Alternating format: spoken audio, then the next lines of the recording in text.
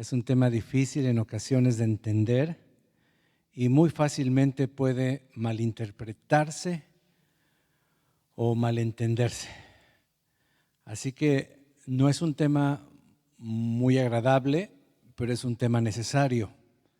Así que vamos a ponernos en pie y con toda la seriedad y la reverencia, sin distraernos, vamos a pedir la ayuda de Dios, Espíritu Santo. ¿Qué le parece? Pidamos al Espíritu de Dios que nos dé entendimiento, que nos dé de su Espíritu y mucha atención en nuestro corazón. Hermanos, yo sé que puede haber distracciones, algún ruido, algún sonido, una persona que pasa por ahí.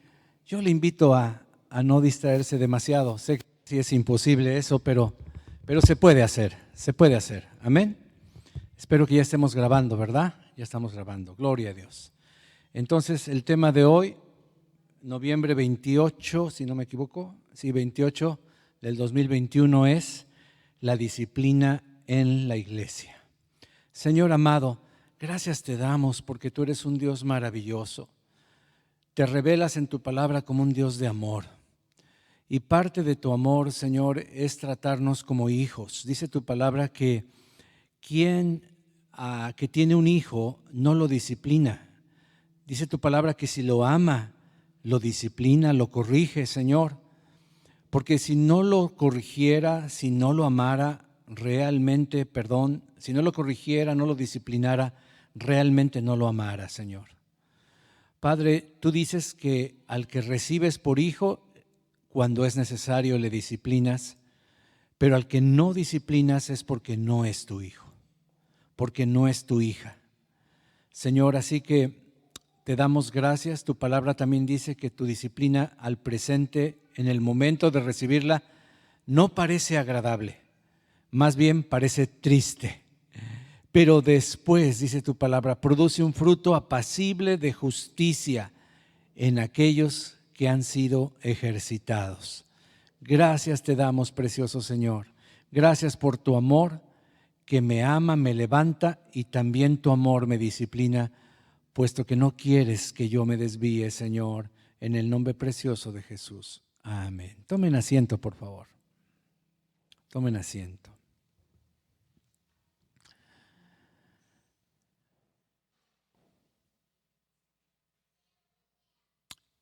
Yo quiero preguntarte, ¿en qué clase de evangelio tú crees? Hay dos tipos actuales de evangelio. Tu respuesta a esta pregunta tendrá un impacto directo en lo que piensas acerca de la disciplina en la iglesia, pero acerca de cualquier otra cosa también. Entonces, pon mucha atención. ¿En qué tipo de evangelio tú crees? Vale la pena asegurarnos de que estamos hablando del mismo evangelio antes de continuar. ¿Ok? Bueno, aquí tienes dos versiones del evangelio. Son ligeramente distintas. La primera versión evitará con toda seguridad cualquier debate acerca de la disciplina de la iglesia. Lo va a evitar.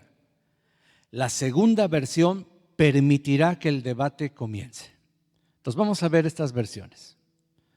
Hay dos tipos de evangelios. Primera versión del evangelio.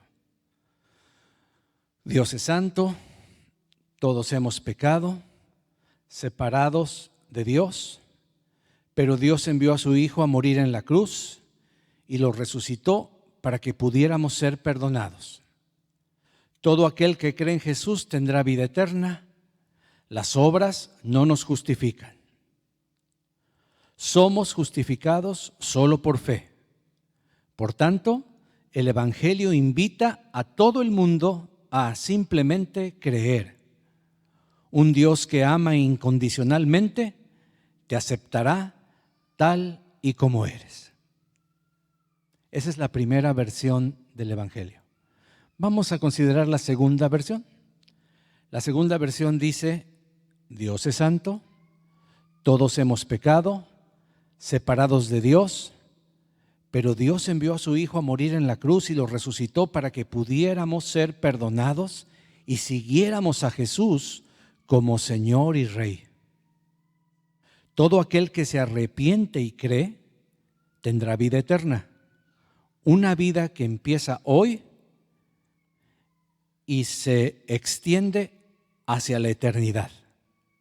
Las obras no nos justifican. Somos justificados solo por fe. Pero la fe verdadera va siempre acompañada de obras.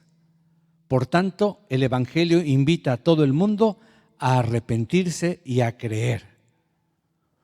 Un Dios que ama bajo ciertas circunstancias te aceptará contrariamente a lo que tú mereces y después te capacitará por el poder del Espíritu Santo para ser santo y obediente como su Hijo.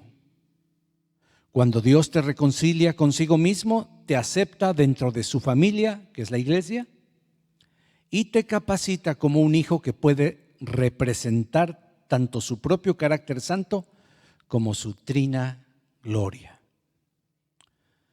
¿Sí le aumentaste el volumen a 10:30? Perfecto, muy bien. Bueno, en resumen, los dos evangelios son diferentes. ¿Qué es pues lo que crees? Según tu opinión, ¿cuál de estos dos evangelios representa mejor lo que la Biblia enseña? Mira, la primera versión enfatiza a Cristo como Salvador. La segunda versión enfatiza a Cristo como Salvador y como Señor. La primera versión señala la obra de perdón dentro del nuevo pacto de Cristo. La segunda versión dice eso, pero incluye la obra de perdón y la obra de regeneración dentro del nuevo pacto del Espíritu Santo.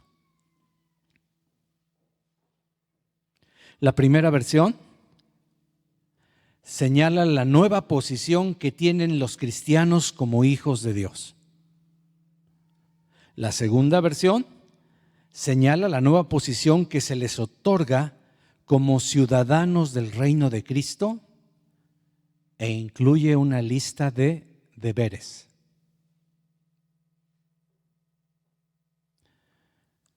La primera versión señala la reconciliación del cristiano con Cristo. La segunda versión señala la reconciliación del cristiano con Cristo y con la familia de Cristo, que es su iglesia. Están muy serios. Si tu comprensión del Evangelio se detiene en la primera versión, no te servirá de mucho. Ni esta enseñanza predicada, ni tampoco el asunto de la disciplina de la iglesia.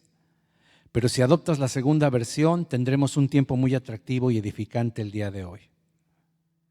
Mira, hermano, la primera versión lo que va a producir es una creencia de una gracia barata. Todo lo que se afirma en la primera versión es verdad, pero hay más que añadir. Repito, si dejamos la primera versión a sus anchas, como se predican en muchas congregaciones, va a producir la creencia que la gracia de Dios es barata. Hoy hemos cantado el precio que costó la gracia de Dios. La sangre del Cordero, su sacrificio, y fue por nosotros. O sea, nosotros teníamos que cargar esa cruz. Nosotros teníamos que sufrir esos latigazos. Nosotros teníamos que sufrir esos escupitajos y toda blasfemia que se dijo en contra del Hijo de Dios. Teníamos que ir al infierno. Y el Señor toma nuestra condena y nos salva. La segunda versión creo que es un resumen más sólido del Evangelio bíblico y es más factible que conduzca al tipo de gracia que hace que los cristianos cumplan el mandamiento que dice: toma tu cruz, sígueme cada día y vivan de una manera santa. Vamos a leer otra vez estas dos versiones. La versión 1 tarde que temprano va a producir la creencia de que podemos seguir pecando sin ningún problema. La creencia en una gracia barata.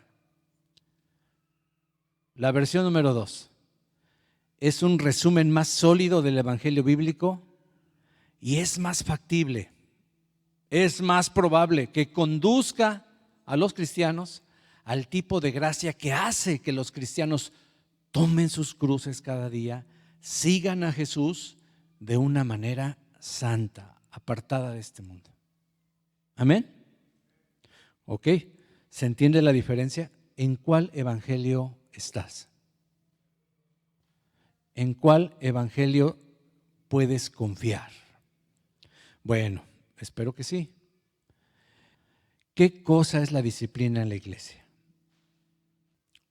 Es necesario poner una definición.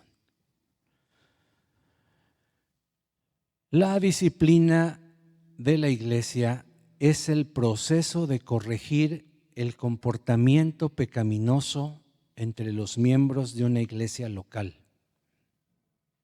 Voy a repetir, la disciplina de la iglesia o en la iglesia, o cuando dice de la iglesia, obviamente es de la iglesia, nosotros somos la iglesia, de los miembros de la iglesia. Y es el proceso de corregir el comportamiento pecaminoso entre los miembros de una iglesia local con varios propósitos. Antes de seguir, ¿qué es una iglesia local? Bueno, ¿qué es la iglesia? La iglesia en general, lo que se llama la iglesia universal, no confundir con los de la Rosa Bendecida que se llaman iglesia universal, no confundir con esa. Habla de la iglesia que es el conjunto de creyentes que le han entregado su vida a Jesucristo, lo han recibido como su Señor, se han arrepentido y se han convertido al Evangelio. El conjunto de personas, chicos y grandes, de todas partes del planeta Tierra y de todas las edades y los tiempos. Eso es lo que conforma la iglesia universal.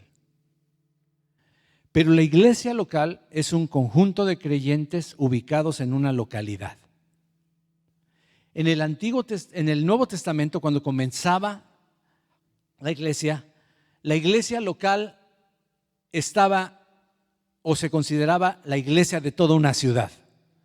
Si estuviéramos en los primeros años del cristianismo, sería la iglesia de San José. Cuando fueras caminando le preguntas, ¿a qué iglesia perteneces? A la de San José.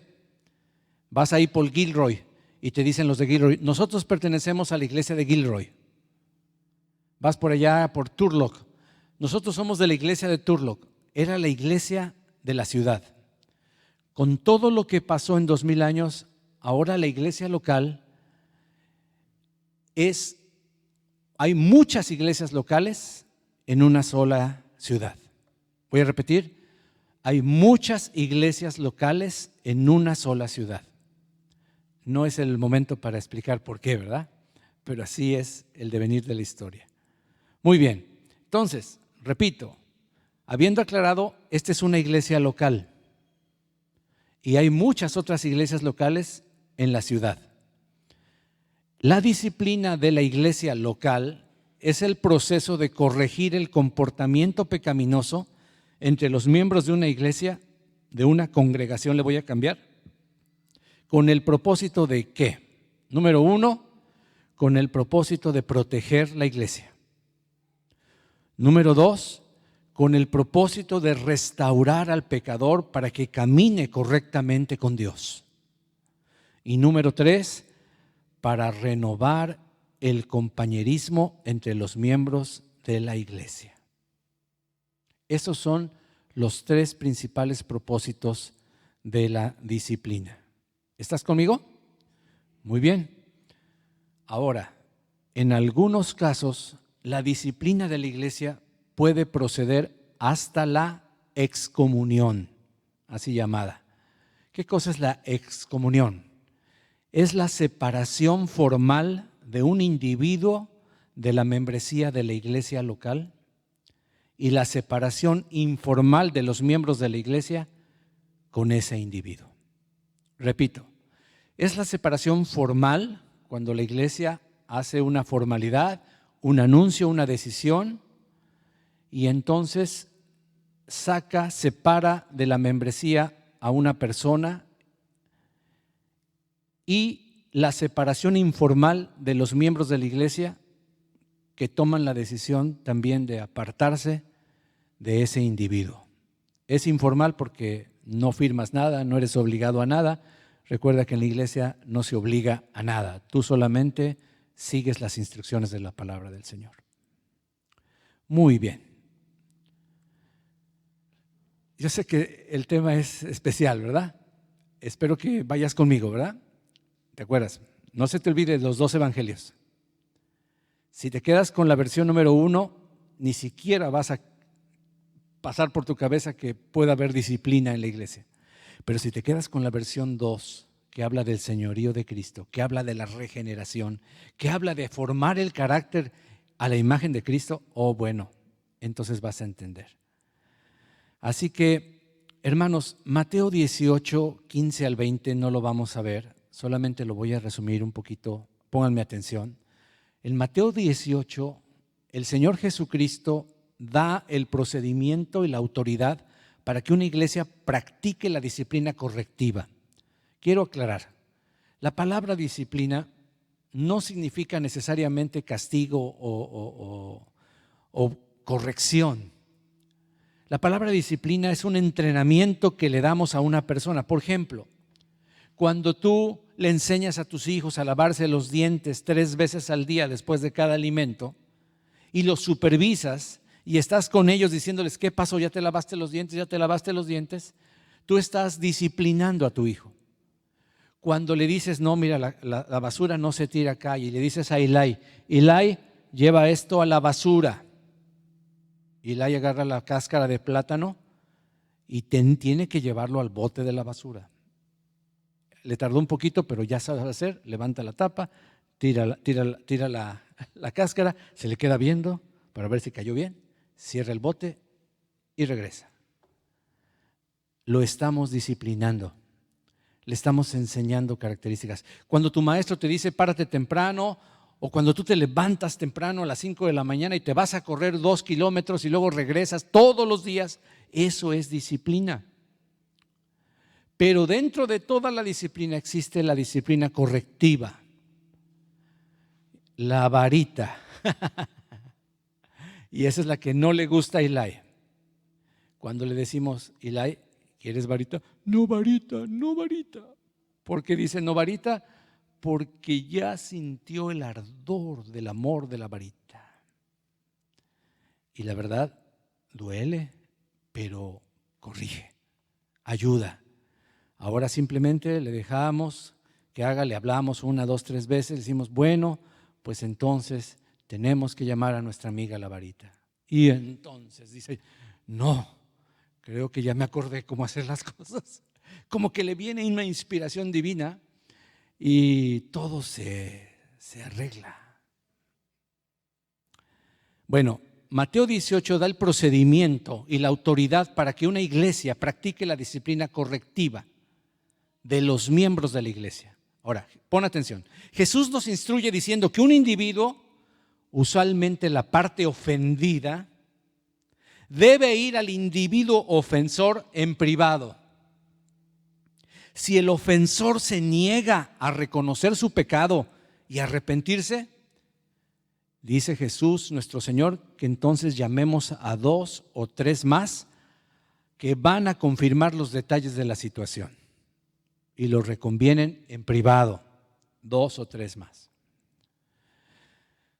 Si todavía no hay arrepentimiento, o sea que el ofensor permanece firmemente apegado a su pecado, a pesar de tener 2 oportunidades de arrepentirse, bueno, el asunto es llevado ante la iglesia. El ofensor entonces tiene una tercera oportunidad de arrepentirse y abandonar su comportamiento pecaminoso.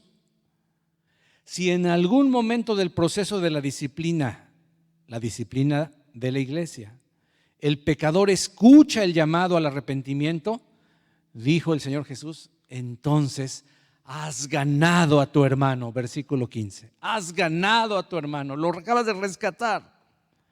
Sin embargo, si la disciplina continúa hasta el tercer paso sin una respuesta positiva del ofensor, entonces Jesús dijo: tenle por gentil y publicano. Como quien dice, ya no gastes saliva con él no es cristiano. Es un gentil y es un publicano. ¿Y por qué dijo gentil y publicano? Porque eran las dos categorías que más aborrecían los judíos. A los que no eran judíos, llamados gentiles, como nosotros los mexicanos, peruanos, ecuatorianos, y a los publicanos, que eran judíos vendidos a Roma, que les cobraban impuesto a su propia gente, los aborrecían. Entonces, haz de cuenta, dijo Jesús, que es un publicano, que es un gentil que no teme a Dios. ¿Ok? Este proceso nunca es agradable. Así como un padre jamás se deleita en tener que disciplinar a sus hijos. Hubo algunas ocasiones en donde yo lloraba. Después de darles la varita, se me salían las lágrimas, porque ver llorar a tu niño, a tu niña pequeña, no ha de ser fácil. Entonces, así como el padre jamás se deleita en disciplinar a sus hijos, sin embargo, con frecuencia es bien necesario. Y el propósito de la disciplina de la iglesia no es ser malintencionados, ni mucho menos tomar una actitud de que yo soy bien santo y tú eres un pecador. No, hombre, como tú eres pecador, vamos a darte porque yo soy bien santo. No es esa actitud. Más bien, hermanos, la meta de la disciplina de la iglesia es la restauración del individuo a la plena comunión con Dios y con otros creyentes. Esa es nuestra meta. Nosotros queremos que el individuo, la muchacha, el muchacho, la hermana, el hermano, vuelva a tener una comunión con Dios que ha roto a través del pecado, pero también vuelva a tener una buena comunión con los creyentes y pida perdón, se arrepienta, reconozca su pecado y vuelva a haber amistad. Así que la disciplina debe empezar de forma privada y gradualmente hacerse más pública. ¿Lo entiendes?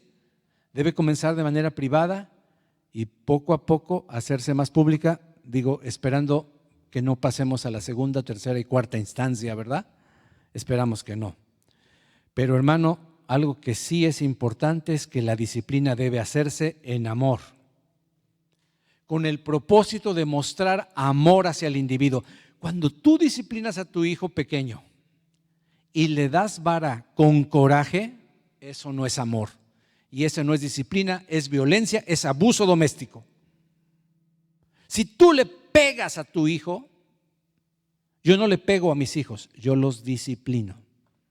Así que evita la expresión te voy a pegar. Nunca digas, y menos en este país, por favor. No le vas a pegar, lo vas a disciplinar. Pero si estás enojado, entonces sí le vas a pegar. ¿Me estoy dando a entender?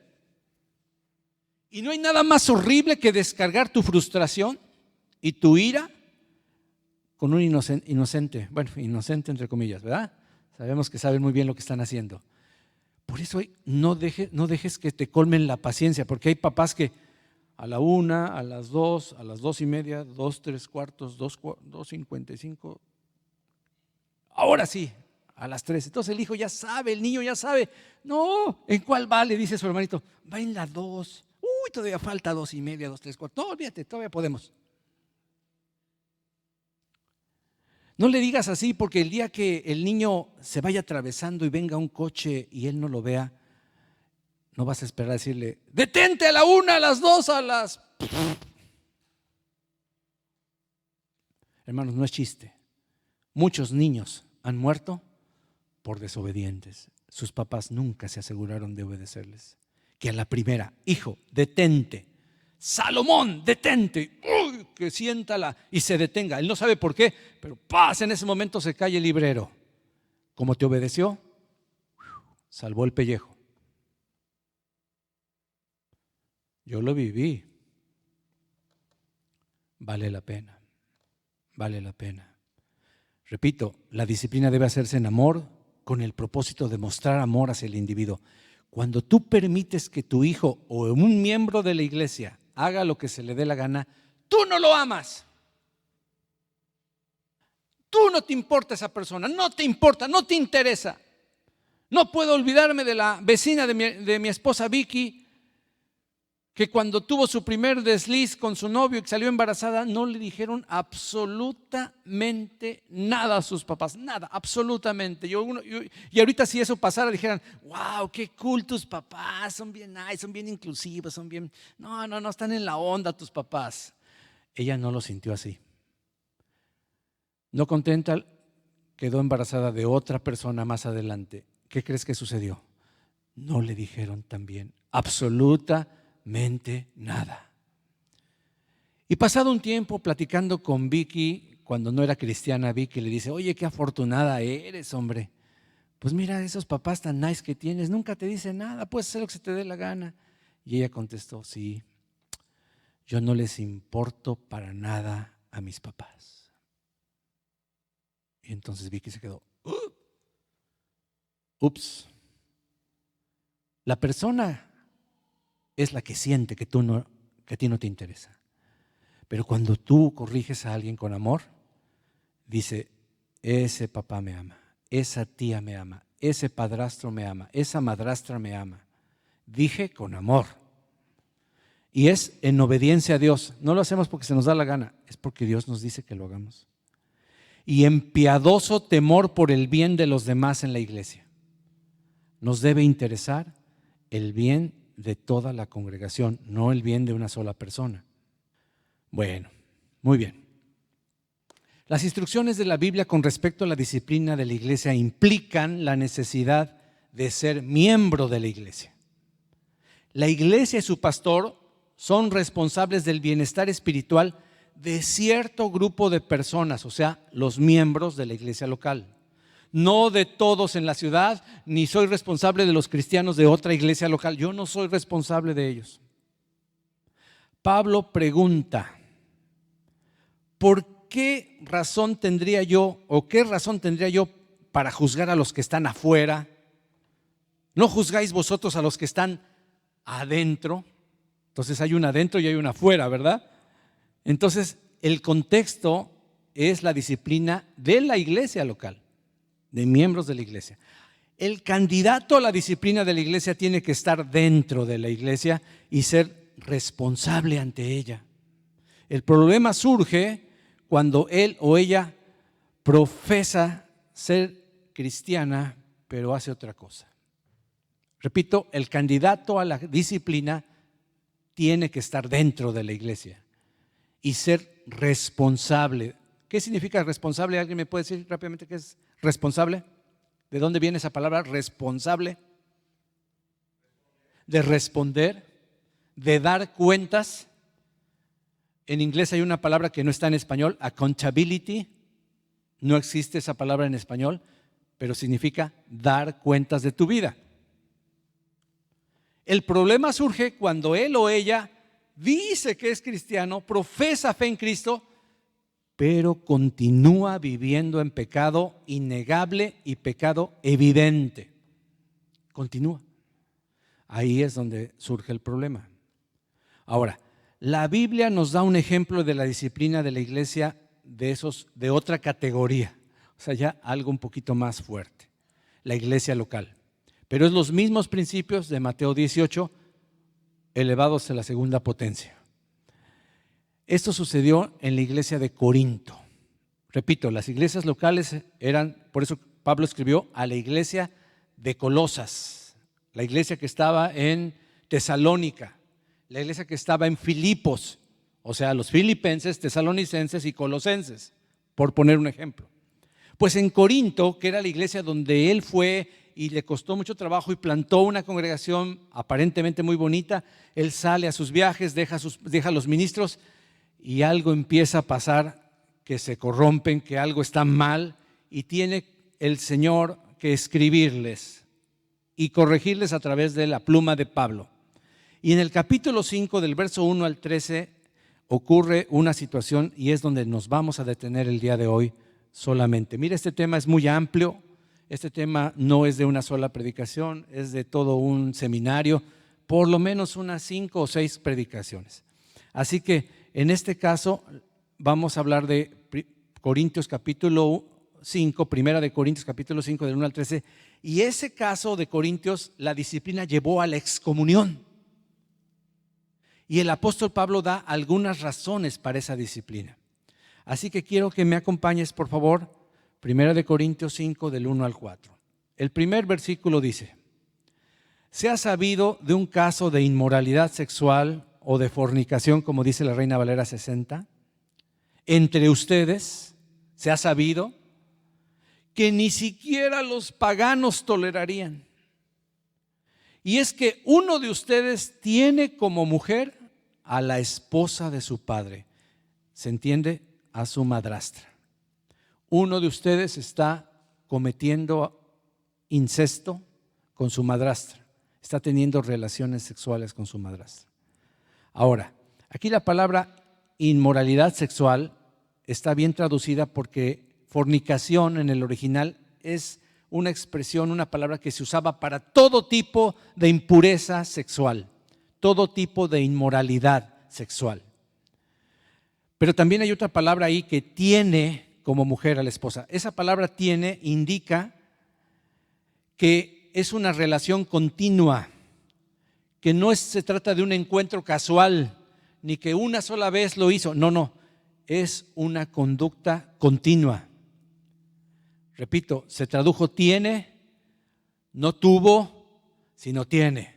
La tiene todavía, hasta ese momento, y la sigue teniendo. ¿Me estoy explicando? Ahora mire, dice ahí que ni siquiera los paganos tenían ese tipo de conducta. Pues fíjate que uno de los historiadores de la época llamado Cicerón dijo que este tipo de incesto era un crimen increíble y era desconocido en esa época. Quiere decir que ni aún los mundanos, ahora escúcheme bien, Corinto era una de las ciudades más pecaminosas que te puedas imaginar. Las Vegas se queda muy chiquito. Más o menos lo podría comparar a Río de Janeiro, más o menos. Pero Corinto era una ciudad llena de pecados de todo tipo y en específico, con más ganas, los pecados de inmoralidad sexual. De ahí venían todos, eran de Corinto, todos eran corintios. Pues tenían a una persona viviendo, acostándose con la esposa de su padre. El versículo 2. Ustedes están engreídos. ¿No deberían más bien lamentar lo sucedido y expulsar de entre ustedes al que cometió tal acción? Pregunta Pablo. Ahora, ¿quién les está hablando? A todos los corintios, a toda la iglesia, a toda la congregación, porque esta carta tenía que ser leída a todos, pero en especial a los líderes. Oye, ¿están bien engreídos?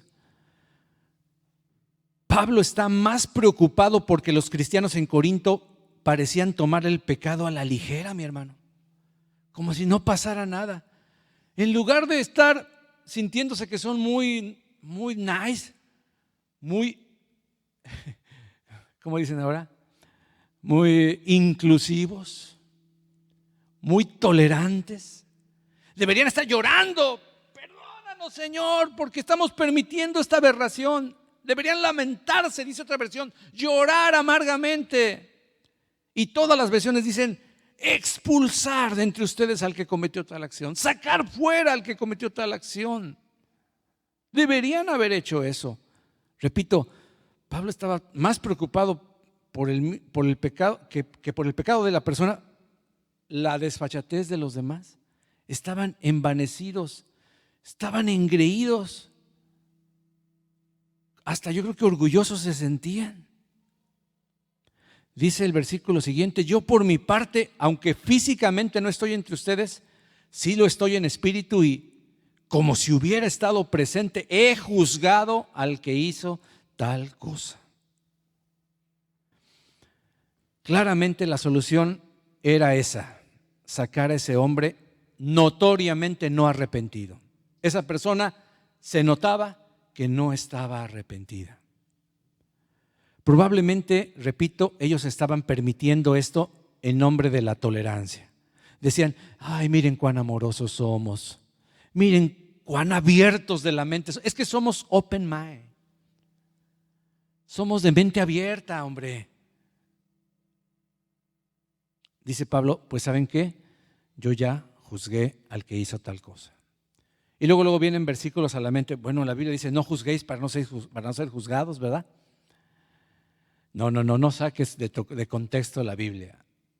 Cristo dijo que no juzguemos hipócritamente, que no juzguemos superficialmente, que no condenemos a una persona, porque ¿quiénes somos nosotros? Que no somos los jueces, Él es el juez. Pero eso no significa este versículo. Este versículo dice que tenemos que aplicar disciplina. Y dice él, yo, aunque no estoy presente, pero en espíritu sí estoy presente, y como si estuviera presente ya juzgué al que hizo tal cosa. Versículo que sigue. Cuando ustedes se reúnan, esto tiene que ser en una reunión pública.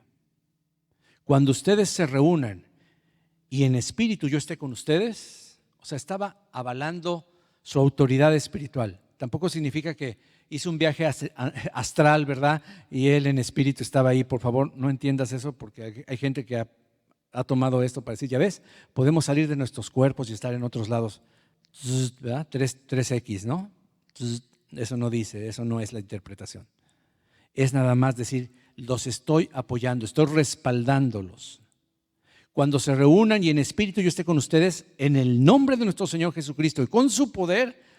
Y viene este versículo que me gustó en la nueva versión de las Américas, Nueva Biblia de las Américas, dice, entreguen a ese tal, a Satanás, para la destrucción de su carne, a fin de que su espíritu sea salvo en el día del Señor Jesús.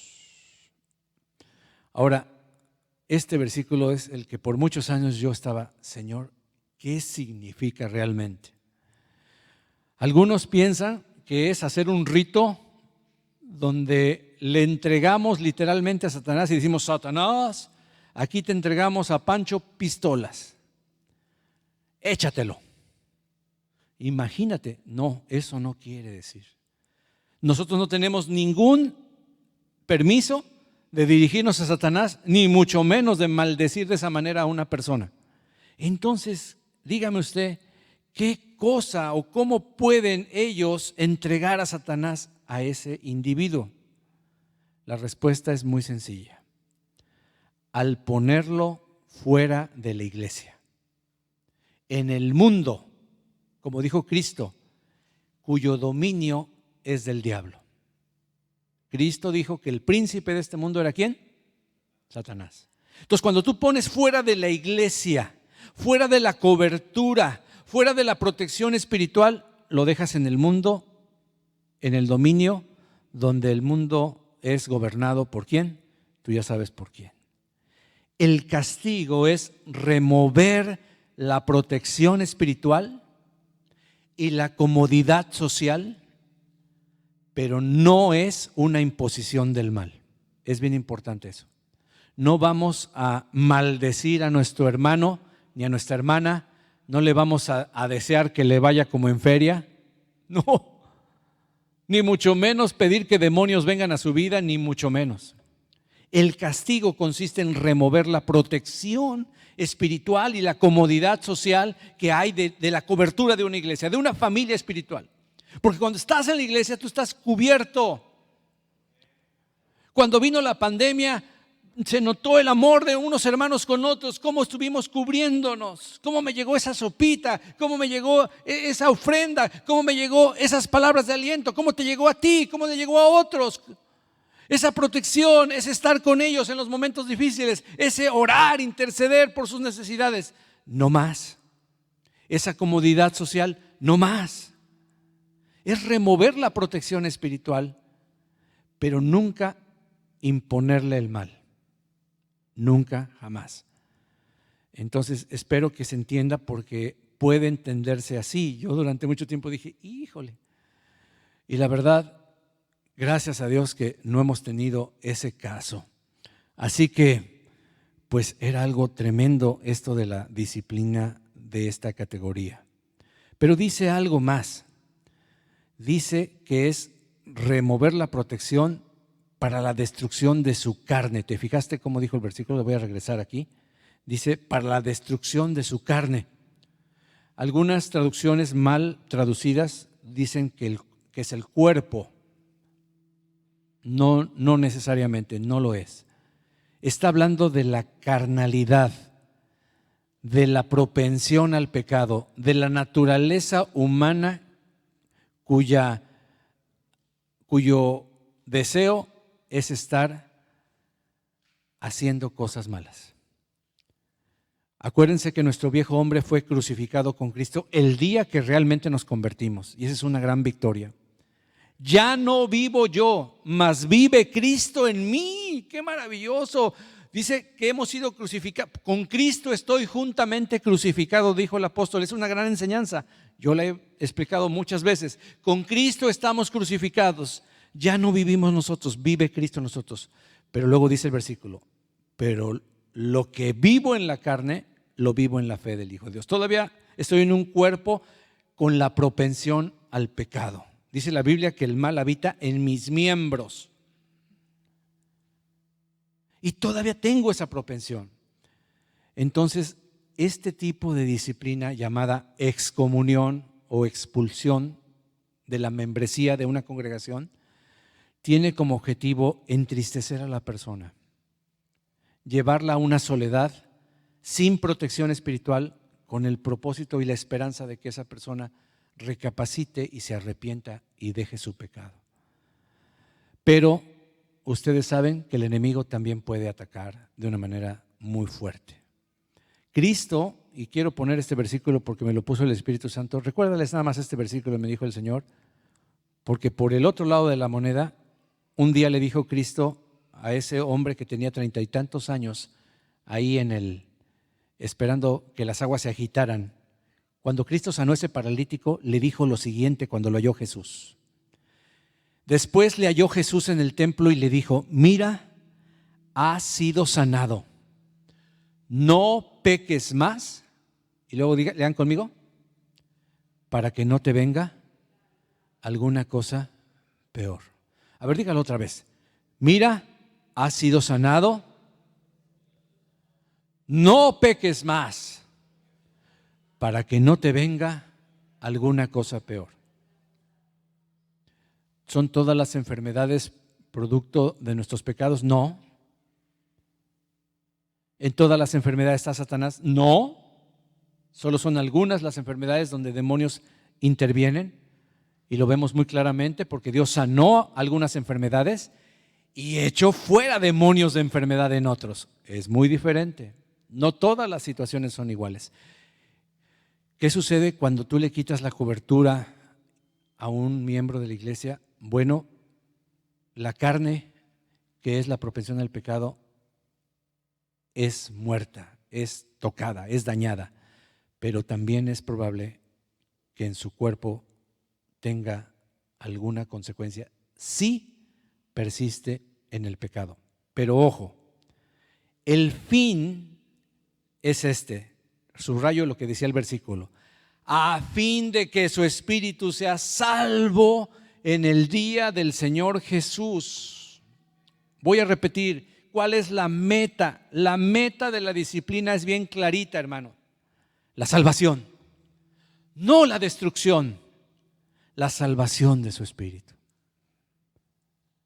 Porque si continúa en esa condición, hermano, pues híjole, le va a caer, bueno, va a estar difícil. Entonces, cuando tú como pastor anciano de una congregación te ves en la penosa necesidad de decirle a uno de tus miembros, por favor ya no asistas a la iglesia, por esto y esto, bueno, pues entonces tú estás quitándole lo que llaman algunos la cobertura espiritual. Bueno, no existe el término en la Biblia, cobertura, pero bueno, se entiende, ¿verdad? Se entiende este aspecto. Así que hay algunos casos, repito, por el bien del pecador y por el bien de la iglesia, cuando alguien debe ser quitado de la congregación. Algunos le llaman excomulgar o expulsar a una persona. O sea que ellos deben ser sacados de la congregación hasta que se arrepientan. Hermano, escúchame bien, desafortunadamente, en la iglesia de hoy, en la iglesia del siglo XXI, esto raramente trae a un pecador al arrepentimiento. Porque ellos pues pueden fácilmente ir a otra iglesia local y pretender que nada pasó en su antigua iglesia.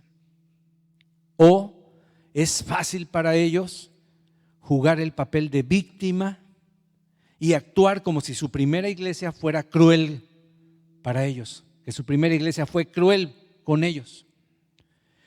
Y aunque también se da el caso, y hay que reconocer en esta época, que algunas iglesias han sido crueles con sus miembros e injustamente han sacado a algunos de la congregación, hermano, eso no significa que la iglesia nunca debe practicar los principios bíblicos que Pablo enseñó aquí. Esto debe hacerse tanto por el bien de la iglesia, hermanos, como por el bien del pecador. Nos interesan dos personas: la congregación y sobre todo el pecador. El niño berrinchudo, la niña desobediente. Esa es la que nos interesa. Amén. Ahora sigamos leyendo el pasaje. Versículo 6. La jactancia de ustedes no es buena. ¿Cómo que la jactancia? Se ufanaban, presumían de que eran muy buenos. No, en esta iglesia sí hay amor. En las otras no, pero esta es una iglesia de amor. Hermanos, ¿se acuerdan el círculo de todas las características de una iglesia saludable? ¿Verdad que sí? ¿Se acuerdan? Espero que sí, díganme que sí, por favor. No traumen a su pastor. La iglesia saludable tenía 10 características y una de ellas era el amor. ¿Verdad que sí? ¿Qué pasa cuando solamente un aspecto crece y los demás no crecen? Pues se hace un fenómeno, ¿verdad? Imagínate que solo hubiera crecido tu mano izquierda y la derecha estuviera así. O tu ojo derecho creciera y el izquierdo no. ¿Cómo te verías?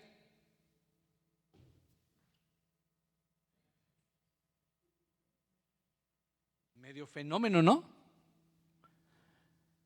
Ellos se jactaban. No, aquí somos bien amorosos. Aceptamos a todos como son. Somos inclusivos. La jactancia de ustedes no es buena. ¿No saben que un poquito de levadura fermenta toda la masa?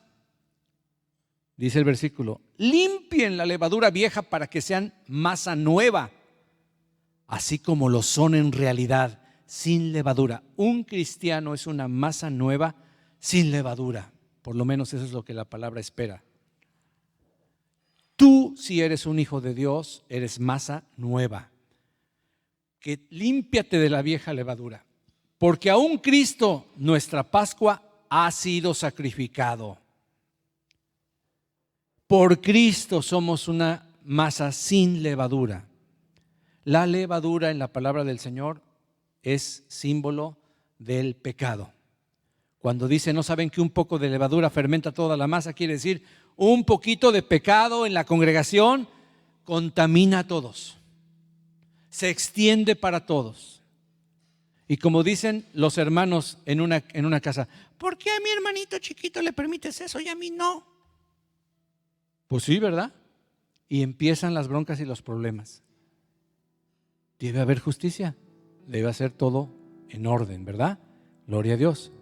Dice el versículo 8, por tanto, celebremos la fiesta no con la levadura vieja, ni con la levadura de malicia y maldad, sino con panes sin levadura de sinceridad y de verdad.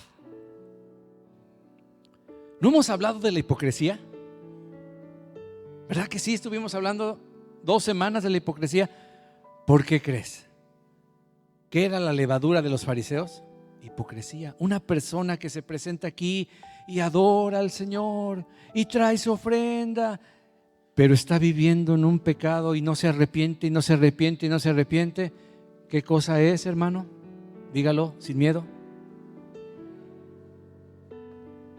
Por tanto, celebremos la fiesta no con la levadura vieja ni con la levadura de malicia y de maldad, sino con panes sin levadura, de sinceridad y de ¿qué demás?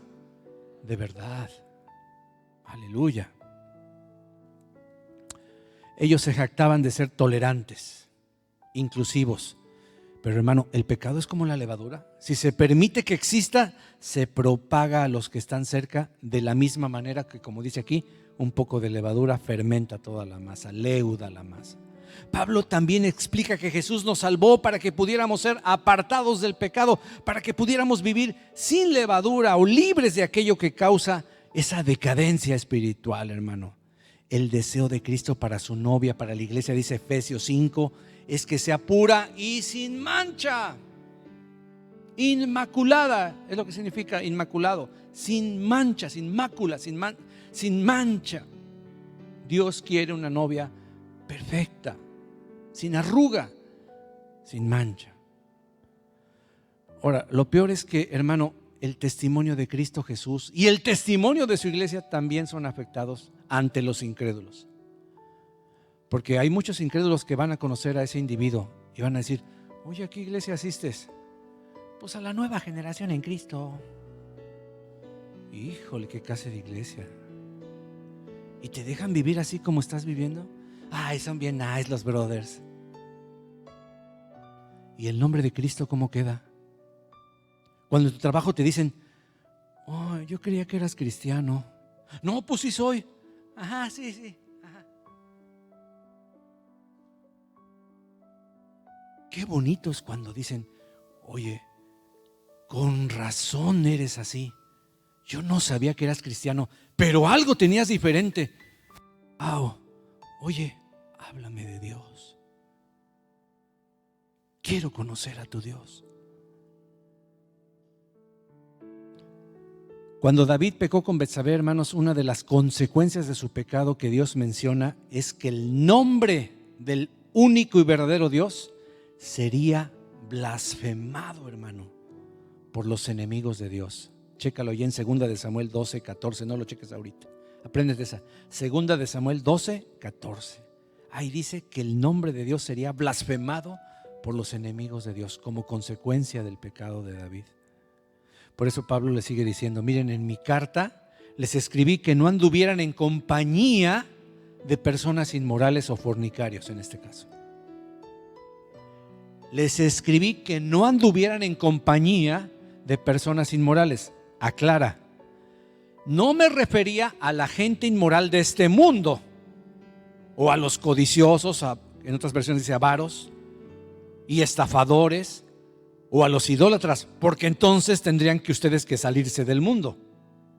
No me estoy refiriendo a ellos, los de afuera, sino que en efecto les escribí que no anduvieran en compañía de ninguno que, llamándose hermano, es una persona inmoral, sexualmente hablando, avaro, idólatra del dinero, idólatra, ya sea que está adorando a otros dioses, difamador, chismoso o borracho, y eso incluye cualquier vicio en el cual una persona está totalmente encadenada, o estafador, en palabras mexicanas, un tranza.